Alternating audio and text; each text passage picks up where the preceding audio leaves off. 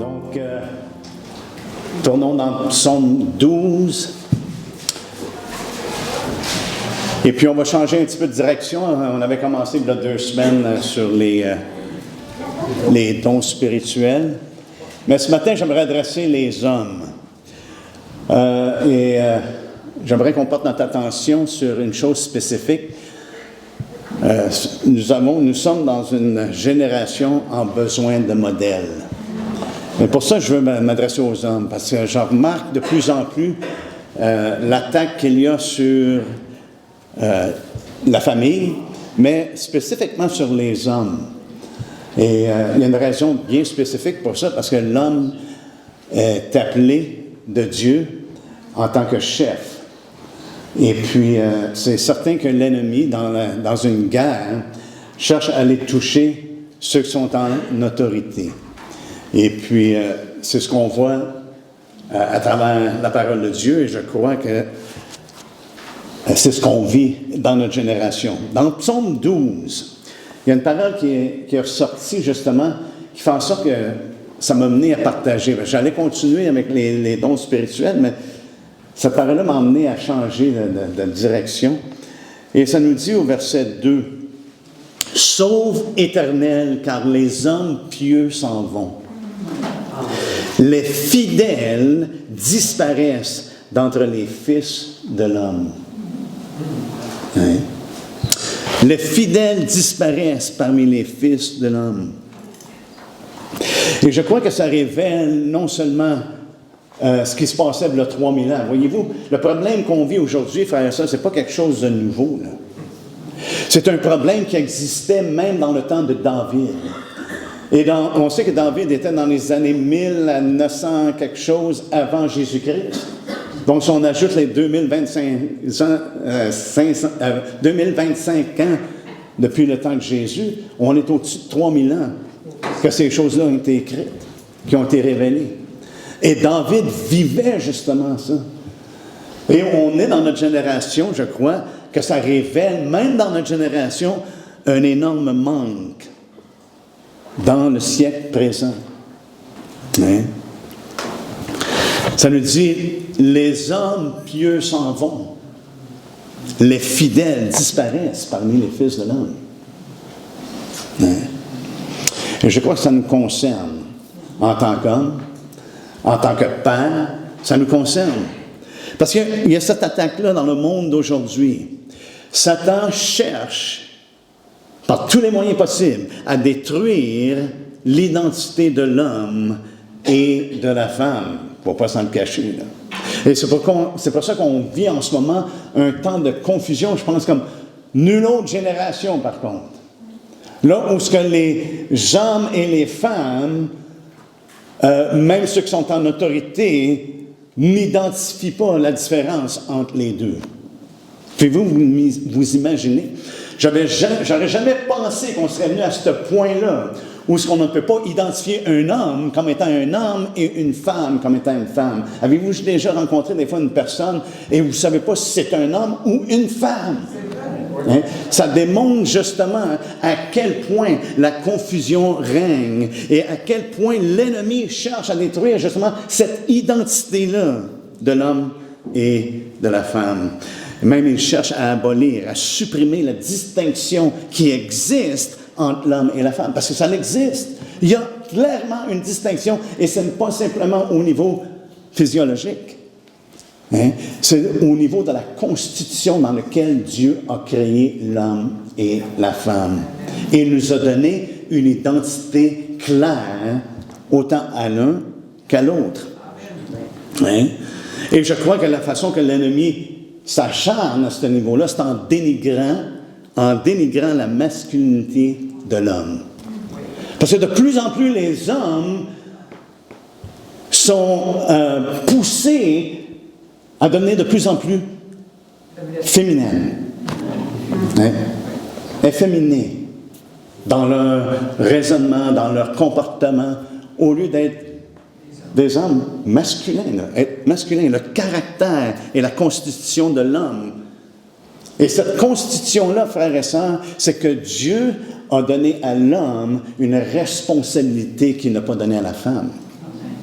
Et c'est pour ça qu'il a été constitué, il a été formé, il a été créé à l'image de Dieu comme étant chef.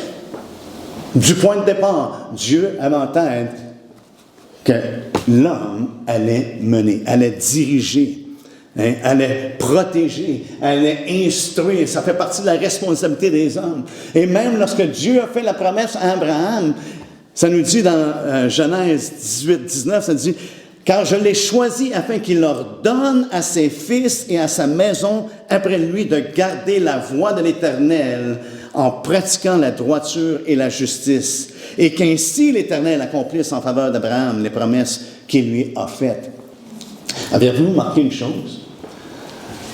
Que Dieu a choisi Abraham afin qu'il accomplisse quelque chose de précis, afin qu'il accomplisse ce pourquoi il est créé, qu'il leur donne à ses fils. Ce n'est pas qu'il suggère à ses fils, mais qu'il leur donne. Donc, il doit donner une direction à ses fils. Il doit leur donner, il doit les protéger de choses qui vont s'attaquer à Dieu, vont s'attaquer aux voies de l'Éternel. Il doit les instruire. Il doit ordonner à ses fils. C'est ce qu'il dit, afin qu'il ordonne à ses fils et à sa maison après lui de garder la voie de l'Éternel. Autrement dit, homme, père dans ce cas-là, mais même au moment où il a reçu cette promesse-là, Abraham n'avait pas d'enfant. Il l'a adressé en tant qu'homme et en tant que père selon la promesse. Hein? Et c'est cette responsabilité-là. Allez avec moi dans le 1er Thessaloniciens.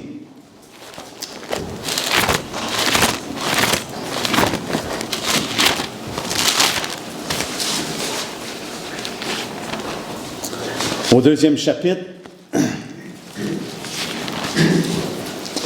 Paul nous fait part, justement, de la responsabilité. Et pour lui-même, cette responsabilité-là, c'est perpétué dans son ministère. Et ça nous dit au verset 9, il dit, « Vous vous rappelez, frères, notre travail et notre peine, nuit et jour à l'œuvre, pour n'être à la charge d'aucun de vous. Nous vous avons prêché l'Évangile de Dieu, vous êtes témoins, et Dieu l'est aussi, que nous avons eu envers vous qui croyez une conduite sainte, juste, irréprochable. Vous savez aussi que nous avons été pour chacun de vous ce qu'un père est pour ses enfants. » Qu'est-ce qu'un père doit être pour ses enfants? Il doit se conduire d'une manière sainte, juste et irréprochable. Et Abraham devait instruire ses enfants de marcher dans la voie de l'Éternel, dans la voie de l'Éternel en pratiquant quoi? La droiture et la justice. Mais regardez, il continue à dire, il dit, vous exhortant, au verset 12, vous exhortant, vous consolant et vous conjurant de marcher d'une manière digne de Dieu qui vous appelle à son royaume et à sa gloire. Exactement ce que Dieu a dit à Abraham, qui lui a ordonné de faire. Paul, dans son ministère, passe le même commandement, le même ordre de marcher d'une manière digne du Seigneur. Il instruit justement les Thessaloniciens et dans ce sens-là, il les protège de ce qui est faux. Hein? Et c'est une responsabilité, je crois, de l'homme en tant que tel, mais également plus spécifiquement pour les pères. Nous avons une responsabilité. Faisons attention à ce qui rentre dans nos maisons. Faisons attention à ce qui sort de notre bouche. Faisons attention à ce qu'on permet que les choses entrent et s'établissent dans notre maison. Parce que l'ennemi cherche à détruire. Et c'est triste de voir que même dans les maisons d'enfants de Dieu, que l'ennemi réussit à se faufiler. Mais son but, c'est toujours de détruire. Et il s'attaque premièrement à l'homme. Et ça vient invariablement toucher à la femme. Aujourd'hui, pour simplement de mentionner ces choses-là, savez-vous quoi? On est considéré comme fanatiques. Des fanatiques religieux. Et même que c'est perçu comme étant intolérant. Intolérant de mentionner ces choses-là. Comment est-ce que l'ordre de Dieu dans la création. Hein? C'est pas qu'il a élevé l'homme au-dessus de la femme. Et on voit dans la parole de Dieu que l'homme n'est pas élevé au-dessus. Il y a simplement une différente fonction, une différente responsabilité que Dieu lui a donnée. Hein? Et mais il s'attaque également à la féminité,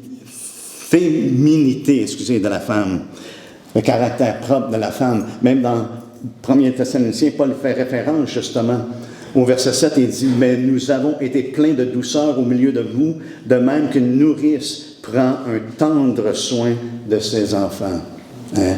Il y a quelque chose dans le caractère d'une femme, une douceur, un soin qui est naturel. Hier, tu m'as montré un petit vidéo d'une femme qui venait, elle avait un petit bébé, là. Puis elle était là, elle embrassait les pieds, elle embrassait les jambes, elle embrassait le bedon. C'était comme le soin, le désir de prendre soin de son enfant. Hein? C'était drôle à voir, là, parce que je pense qu'il n'y a pas une femme qui a pu un petit enfant qui ne s'exprime pas de cette façon-là. Pourquoi? Parce que Dieu vous a constitué d'une certaine façon de démontrer de la douceur, de démontrer des soins. Hein? Alléluia. Je rends grâce au Seigneur pour la différence. Amen. Alléluia. Hein? Savez-vous quoi? Ce qu'on voit aujourd'hui, ça reflète le mépris envers le Créateur. Ce qu'on voit de nos jours, là, ça reflète vraiment un mépris pour le Créateur. Hein? Ça nous dit dans Genèse 1,27, vous n'avez pas besoin de tourner, ça nous dit Dieu créa l'homme à son image, il le créa à l'image de Dieu, il créa l'homme et la femme. On voit ici que Dieu n'a pas élevé un au-dessus de l'autre, dans le sens qu'il est mieux que l'autre, il a été créé d'une meilleure façon que l'autre. Non, simplement, il a créé l'homme et la femme, créés à l'image de Dieu. Mais il a donné à chacun une responsabilité qui est différente, une fonction qui est différente. Hein? Ça nous dit, allez avec moi dans 1 Corinthiens 11. 1 Corinthiens 11,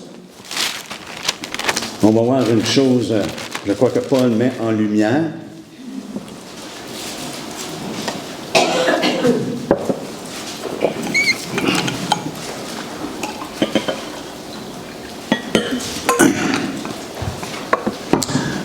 Au verset 11, au verset 7, ça nous dit « L'homme ne doit pas se couvrir la tête puisqu'il est l'image et la gloire de Dieu. » En effet, l'homme n'a pas été tiré de la femme, mais la femme a été tirée de l'homme. Et l'homme n'a pas été créé à cause de la femme, mais la femme a été créée à cause de l'homme. On se souvient que qu'est-ce que la parole de Dieu dit? Dieu dit, c'est pas bon pour un homme d'être seul. Hein? C'est lui-même qui l'a créé, mais l'a créé de manière que c'est pas bon pour lui d'être seul. Après ça, il amène tous les animaux. Puis il n'a pas trouvé d'aide. Hein? Il dit, mais là, je vais la former à partir de l'homme. Il a formé la femme à partir de l'homme. Hein? Et c'est pour ça ici, ça nous dit hein, que c'est à cause. La femme a été créée à cause de l'homme. Dieu l'a formée à cause de l'homme. Au verset 10, c'est pourquoi la femme, à cause des anges, doit avoir sur la tête une marque de l'autorité dont elle dépend. Toutefois, dans le Seigneur, la femme n'est point sans l'homme, ni l'homme sans la femme. Hein? Mais ça nous dit que, je pense que j'ai manqué le verset là, que je cherchais. Là.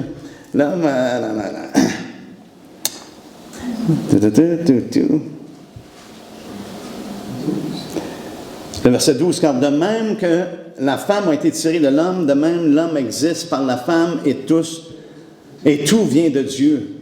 Mais ça nous dit, attendez une seconde, là, il me manque un bout de verset, là, à quelque part. Là.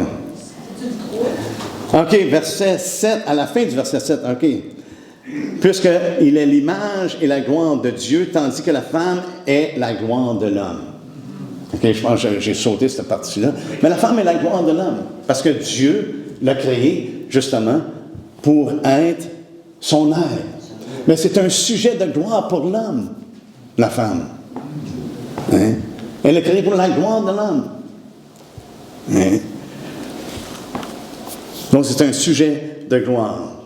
Mais ça nous dit ici, lorsqu'il parle de l'homme et l'image et la gloire de Dieu, il parle, et je crois qu'il souligne la dignité et la responsabilité par rapport à Dieu, dans son rapport avec Dieu. Dieu l'a appelé et il l'a formé pour une chose spécifique. Hein? Mais la femme et la gloire de l'homme, ça met en lumière le rôle complémentaire, je crois, complémentaire à l'homme, qui reflète sa gloire. Hein?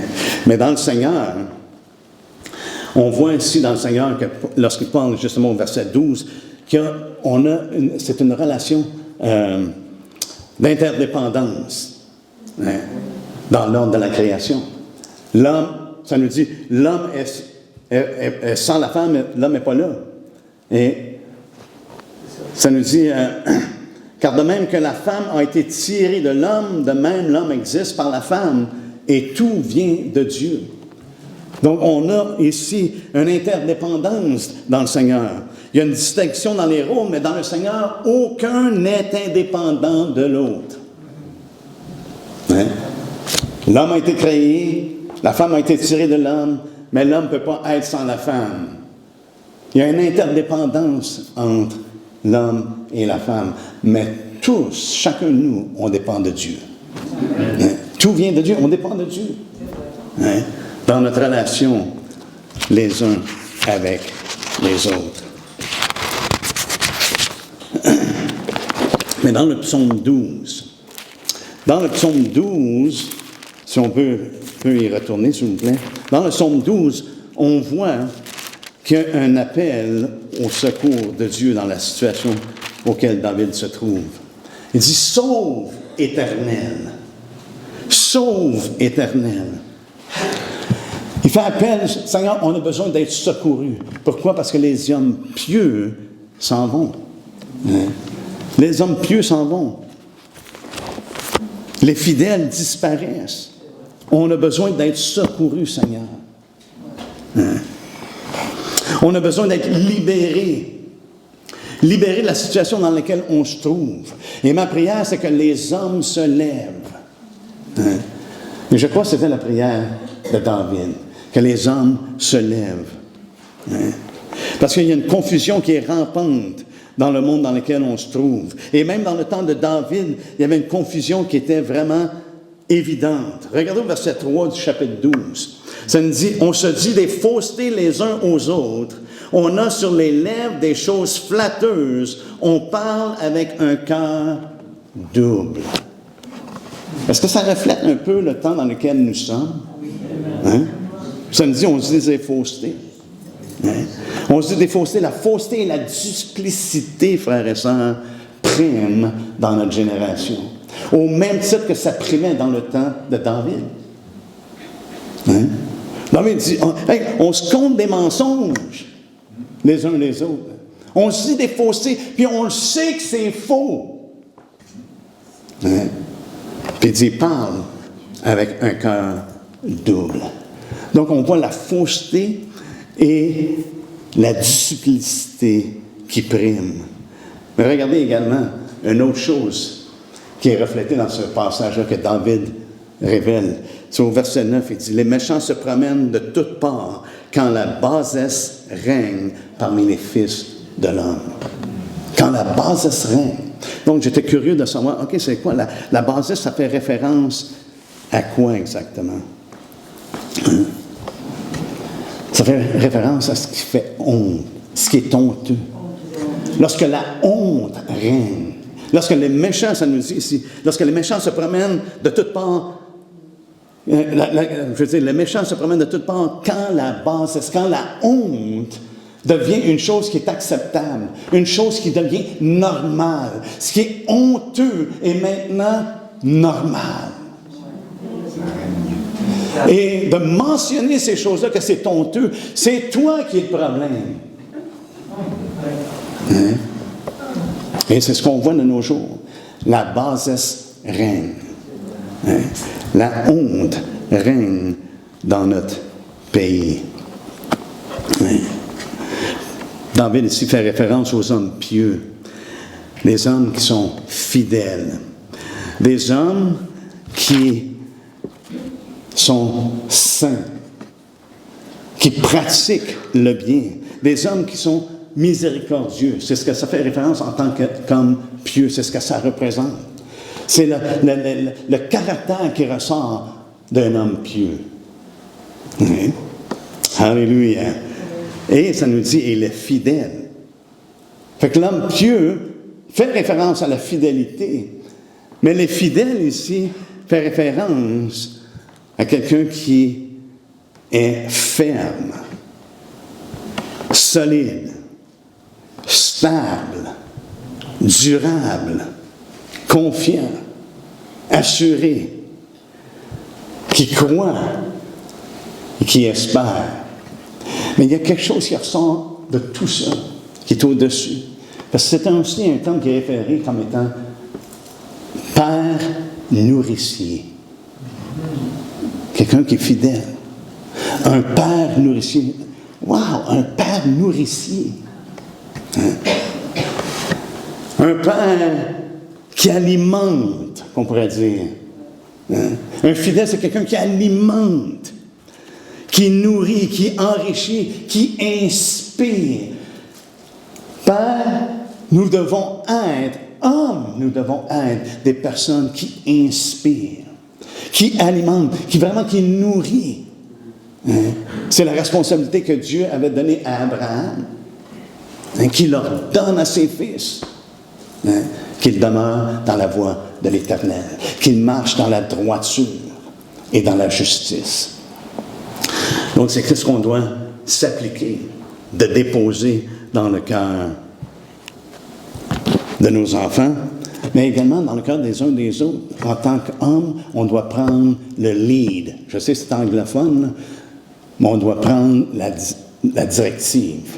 On doit mener le ton, comme on pourrait dire. Et vous savez quoi, j'ai remarqué ce matin, et je remarque ça quasiment toutes les semaines, et je bénis les femmes. Alléluia. Ben, dans la rencontre de prière en bas, savez-vous quoi? Que je dirais c'est à 80% du temps, c'est les femmes qui prient.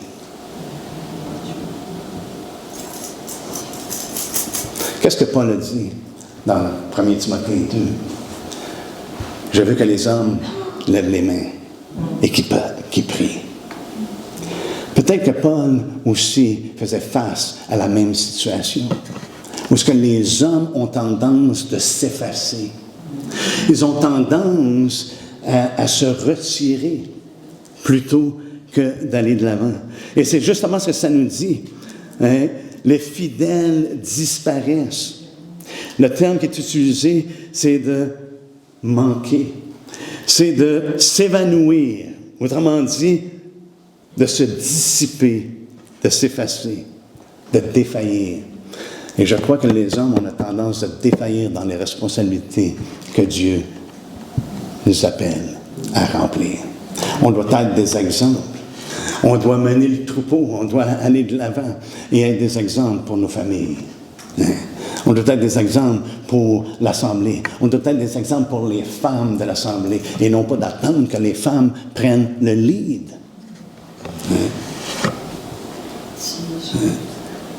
Et c'est pour ça que je bénis les femmes. Ils ont également besoin d'élever la voix. Mais messieurs, n'attendons pas. Prenons notre responsabilité dans ces choses-là. Et c'est pour ça que je crois que David, ici on le voit, que ça nécessite une intervention de Dieu, la situation dans laquelle il se trouvait. Ça prend une intervention de Dieu. Et ça nous dit au verset 6, il dit, parce que les malheureux sont opprimés et que les pauvres gémissent. Maintenant, dit l'Éternel, je me lève, j'apporte le salut à ceux contre qui l'on souffle. Hein? J'apporte le salut. Ça prend la délivrance de Dieu dans la situation dans laquelle nous sommes. Et ça prend aussi une intervention de Dieu pour que les hommes se lèvent. se lèvent au nom du Seigneur. Pas dans l'arrogance et dans l'orgueil, mais dans l'humilité. Comment? En s'abaissant. En s'abaissant devant Dieu. Et au temps convenable, Dieu élève. Et je crois qu'on a vraiment besoin, dans la génération dans laquelle nous sommes, autant que David l'avait dans son temps. Ceux contre qui l'on souffle. Voyez-vous, aujourd'hui, il y a une attaque, il y a un souffle contre les hommes fidèles. Il y a un souffle contre les hommes en général. C'est pour ça qu'il y a un dénigrement, là, comme jamais auparavant. Les hommes sont dénigrés. Vous avez simplement regardé une couple de programmes à la TV, à quel point les hommes sont dénigrés. Et souvent, la femme est élevée. Pourquoi? Parce que l'ennemi cherche à abattre le rôle que les hommes ont, qu'ils ont reçu de la part de Dieu. Contre ceux contre qui l'on souffle, et ça fait référence aussi dans le contexte, les faibles. Ça fait référence aux ceux qui sont méprisés. Le terme qui est utilisé pour ceux contre qui l'on souffle, c'est renâcler. Renâcler. On sait c'est quoi? Non, mais renâcler, ça comprend justement de renifler fortement pour manifester du contentement, du mécontentement, témoigner de la répugnance, de la mauvaise volonté. Tu sais, quand quelqu'un renifle,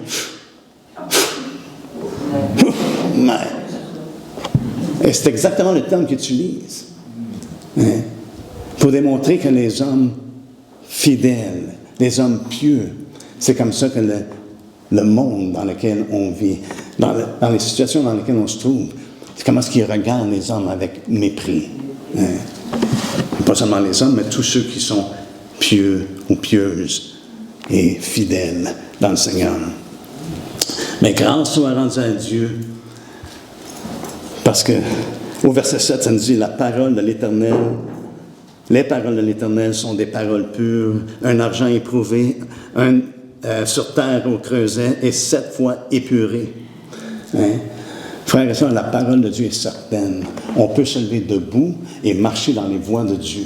Ta parole est une lampe à mes pieds, c'est une lumière sur mon sentier. On n'a pas besoin de craindre, mais on peut marcher selon la parole de Dieu. C'est une parole qui est éprouvée, elle est certaine, elle ne manquera jamais. Est-ce qu'on peut être, cette assurance-là, c'est ça un homme fidèle, cette assurance-là, que je marche dans les voies de Dieu, je les enseigne à mes enfants, je les enseigne à tous ceux de ma maison, parce que c'est une chose que ça nous dit à propos d'Abraham, c'était pas seulement pour ses fils, mais pour les gens de sa maison. Pour les gens de sa maison. Et je crois que c'est important. Ici, c'est notre maison. C'est la maison de Dieu. Lorsqu'on se réunit ensemble, on est la maison de Dieu qui se réunit. Et on doit être des exemples, les uns pour les autres. Et messieurs, je vous encourage, non seulement d'avoir le titre de père, mais de marcher comme un père, marcher comme Abraham. Je vous encourage de marcher comme des hommes faits, des hommes matures, des hommes pieux, fidèles. On va voir quelques exemples d'hommes semblables. Et ici, David, inspiré de l'Esprit, il dit au verset 8, il dit « Toi, Éternel, tu les garderas, tu les préserveras de cette race à jamais. » On a la promesse de la protection de Dieu. On a la promesse que Dieu veille sur son peuple. À maintes reprises dans les psaumes, ça dit « Dieu veille sur Israël. Il veille sur son peuple. » Mais non seulement qu'il veille, il est notre refuge, il est notre protection. Donc, on peut marcher dans les voies de Dieu, même s'il y a une grande opposition. On peut demeurer ferme dans le Seigneur. On peut être stable. On n'a pas besoin d'être poussé d'un côté et de l'autre, mais de marcher d'une façon stable dans le Seigneur. Et ce matin, la question en terminant, la question que j'ai pour vous, en tant qu'homme, je m'adresse premièrement aux hommes, aux pères, qu'est-ce qui nous définit? Qu'est-ce qui nous définit? Qu'est-ce qui nous caractérise? C'est une question qu'on doit se poser. Hein? Est-ce que je suis défini selon les critères de la parole de Dieu? Est-ce que les gens peuvent reconnaître, dire, un homme pieux, un homme fidèle au Seigneur, un homme qui enseigne sa famille, qui prend soin de sa maison au niveau des choses qui comptent. Voyez-vous, trop souvent, les hommes, on a tendance à vouloir se donner, à vouloir pourvoir aux besoins naturels. C'est une bonne chose. Hein? On est appelé à pourvoir aux besoins naturels, mais en premier lieu, cherchez premièrement le royaume de Dieu et sa justice. Et le reste, Dieu va en prendre soin. Là, on ne doit pas être paresseux et se mettre les mains dans les poches et dire, ben là, Dieu va pourvoir, Dieu va pourvoir. Non, il nous donne une responsabilité en tant qu'homme de travailler. Mais le travail ne doit pas superséder ce que Dieu nous appelle en premier. Et ça, c'est de le servir lui-même, de l'adorer, de le louer, de se soumettre à lui, d'accomplir sa volonté. Hein? Qu'est-ce qui nous définit? En tant qu'homme, en tant que père, mais également en tant que disciple de Christ. Qu'est-ce qui nous définit? Si vous voulez bien, on va tourner ensemble dans Job, ou Job. Hein? Job, au premier chapitre. Regardez la réputation, comment est-ce que Job était défini. Hein? Comment est-ce qu'on l'a caractérisé. Ça nous dit, il y avait au premier verset, dans le pays d'Uz, un homme qui s'appelait Job. Et cet homme était intègre et droit. Il craignait Dieu et se détournait du mal. Wow! Hein? C'est pas ça qu'on devrait rechercher d'être défini de cette manière-là. D'être reconnu comme étant un homme intègre, un homme droit, un homme qui se détourne du mal, un homme qui craint Dieu. C'est comme ça que Job a été défini. Et par la suite, si on continue, c'est au verset 8, l'Éternel dit à Satan, « As-tu remarqué, mon serviteur? » Voyez-vous, ça c'est la réputation qu'on pourrait dire que Job avait au début du livre. Mais Dieu lui-même fait les mêmes remarques. Hein?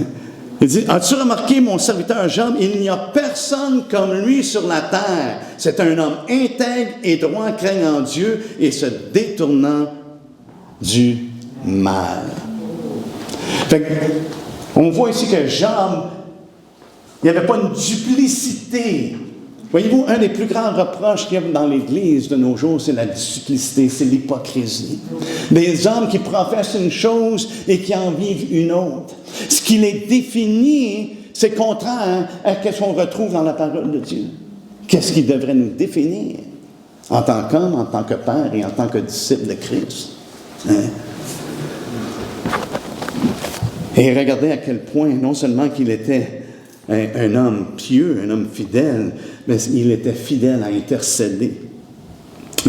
Et ça nous dit même à la fin du verset 5, Job avait coutume d'agir. Ça, c'était la façon. C'est ainsi que Job avait coutume d'agir. Comment? Hein? Ça nous dit que, au verset 4, ses fils allaient les uns chez les autres et donnaient tour à tour un festin. Et ils invitaient leurs 3 sœurs à manger et à boire avec eux. Et quand les jours de festin étaient passés, Job appelait et sanctifiait ses fils. Il est consacré au Seigneur. Il les appelait et dit, « OK, hein, là c'est le temps de... C'est quoi confesser? Confesser. » et ce qui est intéressant, ça nous dit ici, « Puis il se levait de bon matin et offrait pour chacun d'eux un holocauste. Car Job disait, peut-être mes fils ont-ils péché et ont-ils offensé Dieu dans leur cœur. C'est ainsi que Job avait coutume d'agir. » Est-ce qu'on voit le caractère de Job? Un homme pieux, un homme intègre, un homme qui intercédait pour sa famille, pour sa maison, pour ses enfants. Hein? C'est une grande responsabilité. Savez-vous quoi? La parole de Dieu est claire que nous allons avoir à rendre compte. Vous êtes un homme, vous allez avoir à rendre compte en tant qu'homme. Vous êtes une femme, vous allez avoir à rendre compte en tant qu'une femme. Vous êtes un père, vous allez avoir à rendre compte en tant que père. Nous sommes disciples de Christ, nous allons avoir à rendre compte en tant que disciples de Christ.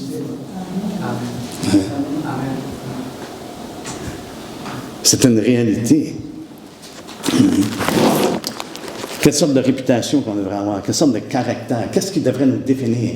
Voyez-vous, lorsque les apôtres ont vu qu'il y avait un besoin et qu'ils étaient à la recherche de diacres, on dit là, on ne peut pas servir aux tables, on a besoin de diacres. Mais regardez comment est-ce que les gens devaient voir les diacres. Aujourd'hui, frères et sœurs, on a parlé la semaine passée à propos de traditions qui entrent dans l'Église. Aujourd'hui, on a besoin de diacres et on prend qui qu'on veut. Ou qui peut remplir une fonction. Mais savez-vous quoi? Dans la parole de Dieu, il y avait des termes spécifiques. Les gens devaient être en mesure de définir la personne selon les critères qui étaient mis de l'avant. Et c'est pour ça qu'on voit dans Acte 6. Si vous voulez, on va tourner dans Acte 6. On va regarder aux critères. On va commencer au verset 3. Il dit, c'est pourquoi, frères, choisissez. Ah, peut-être vous n'êtes pas encore rendu. Acte 6.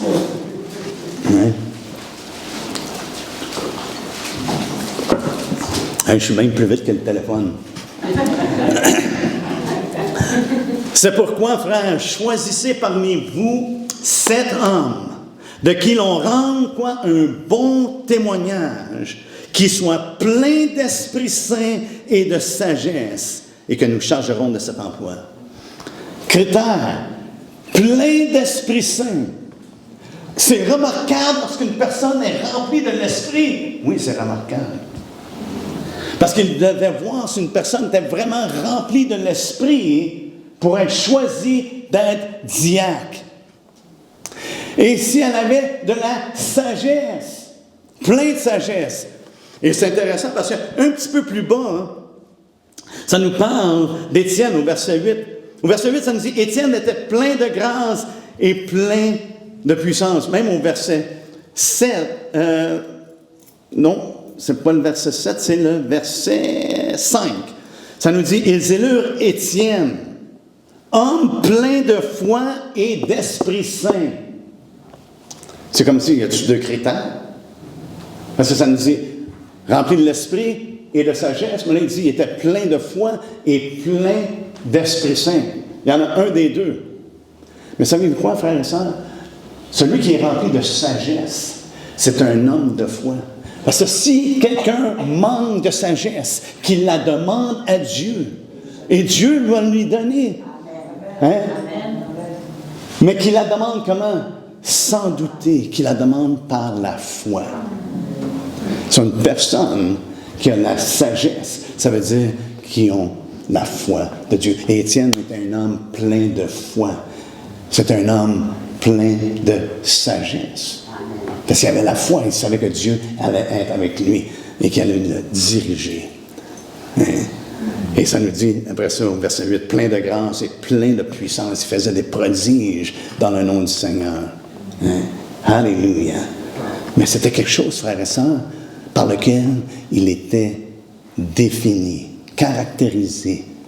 Ah, Étienne, et les 6 autres hommes avec lui qui ont été choisis.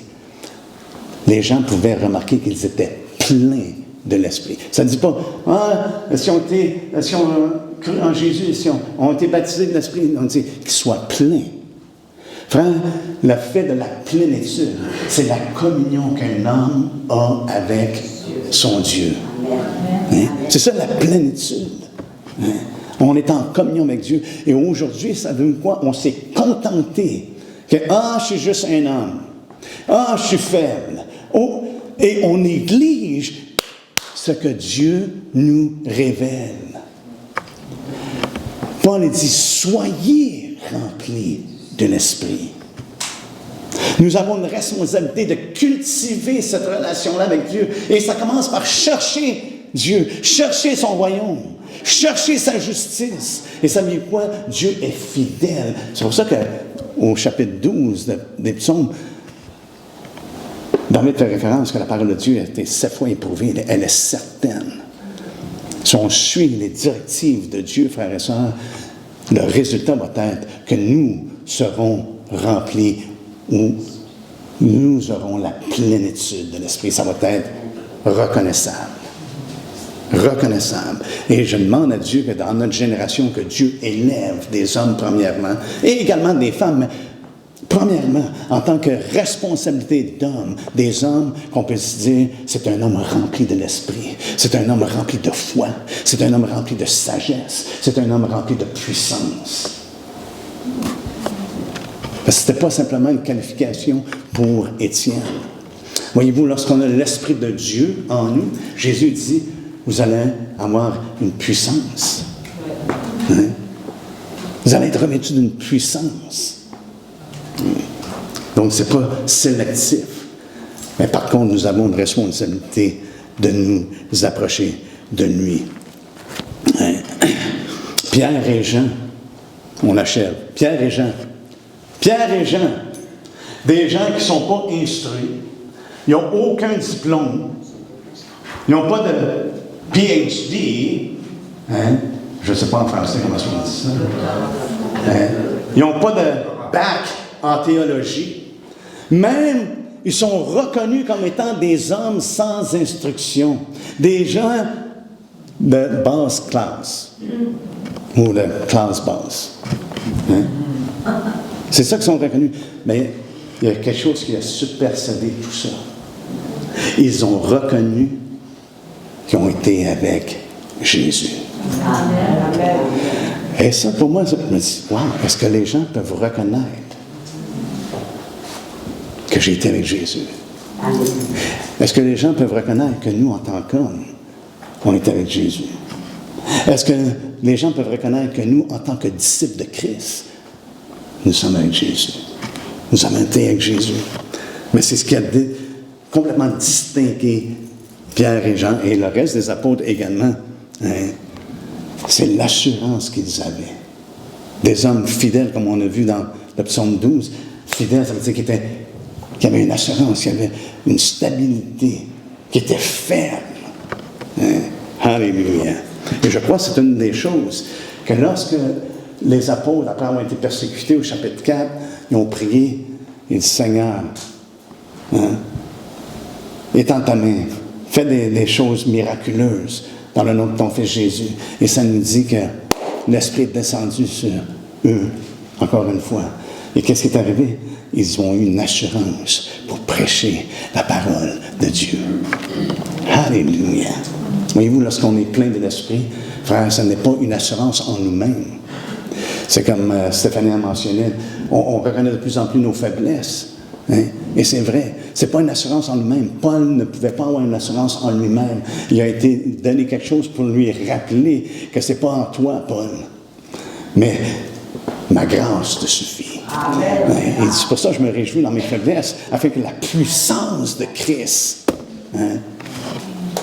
œuvre en moi et en travers moi. Alléluia. Dans Acte 10, nous allons regarder ensemble brièvement Corneille. Corneille est un centenier. Verset 1, il y avait à Césarée un homme nommé Corneille, centenier dans la cour dite italienne. Cet homme était pieux et craignait Dieu avec toute sa maison. Wow. C'est pas juste ses enfants, là. C'est toute sa maison. Je dirais qu'il a fait une bonne job d'instruire sa famille. Il a fait une bonne job à les inspirer. On pourrait dire qu'il était un père nourricier, parce que ce n'était pas seulement pour ses enfants physiques, c'était également pour ceux qui le servaient, ceux qui étaient ses serviteurs, même ceux qui travaillaient avec lui. Regardez ce que ça dit. Hein? Il craignait Dieu avec toute sa maison. Il faisait beaucoup d'aumônes au peuple et priait Dieu continuellement. Et là, on sait qu'il y a eu une vision, verset 3. Hein? Et puis, par la suite, il est conseillé d'envoyer des gens chercher Simon.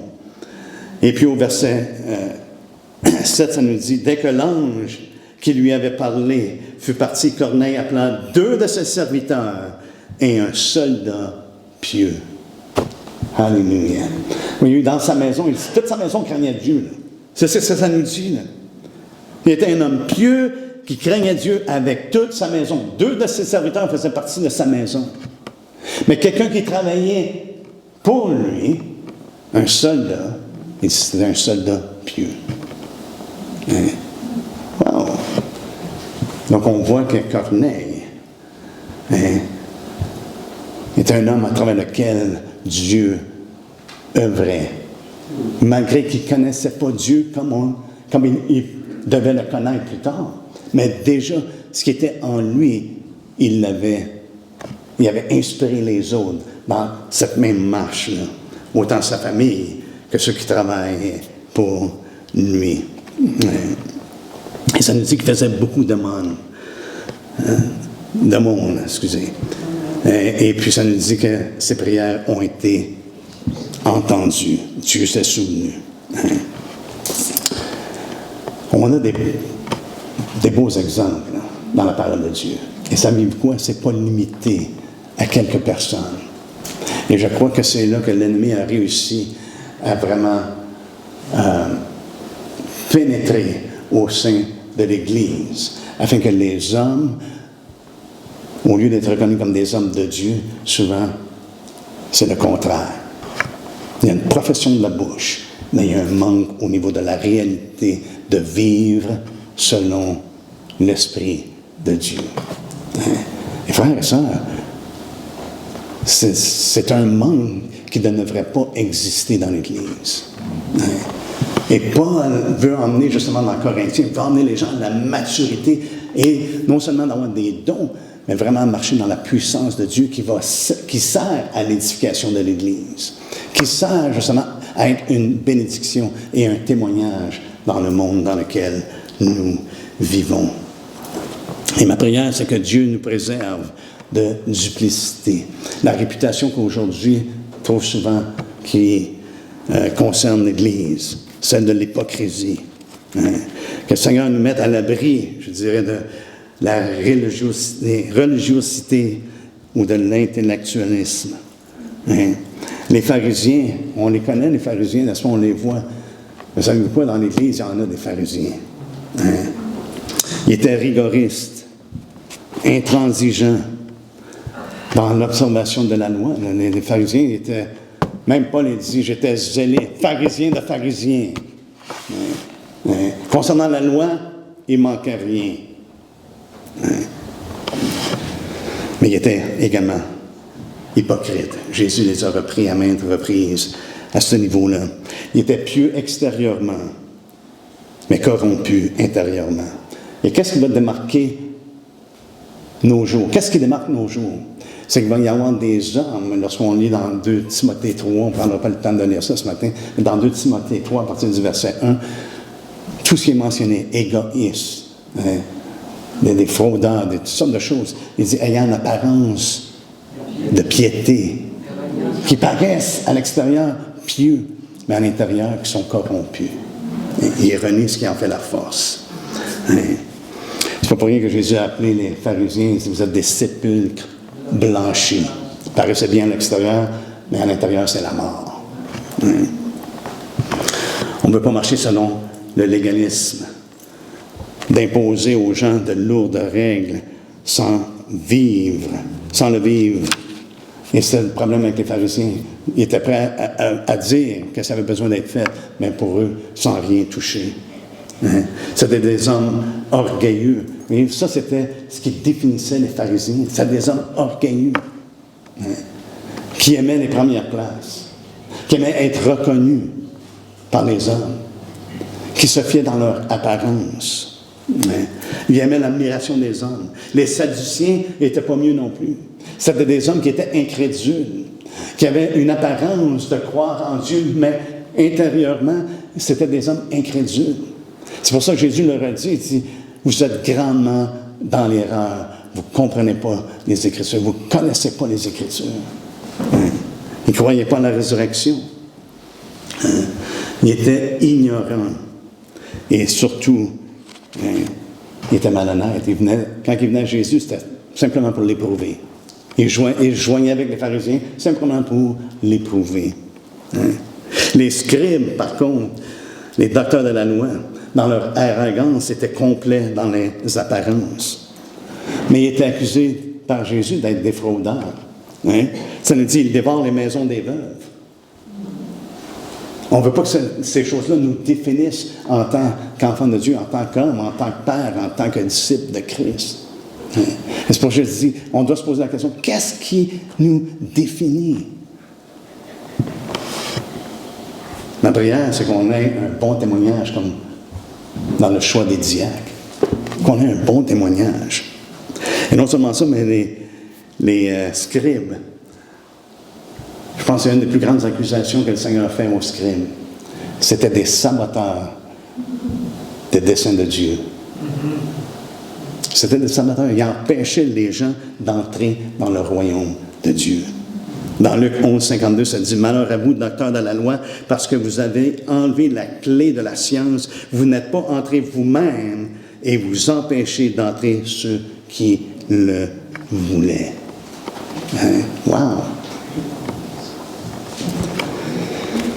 Une dernière chose, je crois qu'on doit faire attention. On ne veut pas être défini comme étant des hommes charnels, comme dans 1 Corinthiens. Hein? On veut regarder à celui qui nous a sauvés, à celui qui nous remplit de l'Esprit, afin qu'on marche et qu'on ait un témoignage qui soit bon, un témoignage qui rende gloire à Dieu, que c'est Dieu qui est dans notre vie. Amen. J'espère que vous allez nous joindre, messieurs, dans le fait que, Seigneur, donne-nous qu'on soit définis par nos vies comme étant des hommes pieux, des hommes fidèles, qui suivent Jésus-Christ et qui vivent pour lui. Hein? On s'est tellement formé, on a parlé la semaine passée des traditions, on s'est tellement formé une église évangélique qui ne ressemble pas vraiment à ce que Dieu a établi, ce que Dieu bâtit. Hein? On est bien religieux, oui. Mais est-ce que le témoignage est que Dieu est présent au milieu de nous et que Dieu est présent en nous? Donc, ce matin, ce n'est pas pour la condamnation, c'est pour vous inspirer, frères et sœurs. Parce que le Seigneur, je crois, œuvre dans nos cœurs par son esprit, justement, pour nous emmener à aller plus près de lui, aller au-delà de ce qu'on a connu jusqu'à ce jour. Amen. Hein? Parce qu'on va en avoir besoin. Les temps approchent et on voit que les choses deviennent de plus en plus difficiles. Et Paul nous a dit, dans les derniers temps, ça va être des temps difficiles et on le voit s'accomplir. Donc, on veut illuminer, on veut briller dans le monde dans lequel nous sommes. Amen. Est-ce qu'on peut se lever ensemble, s'il vous plaît? Alléluia. Seigneur, on est reconnaissant que tu nous donnes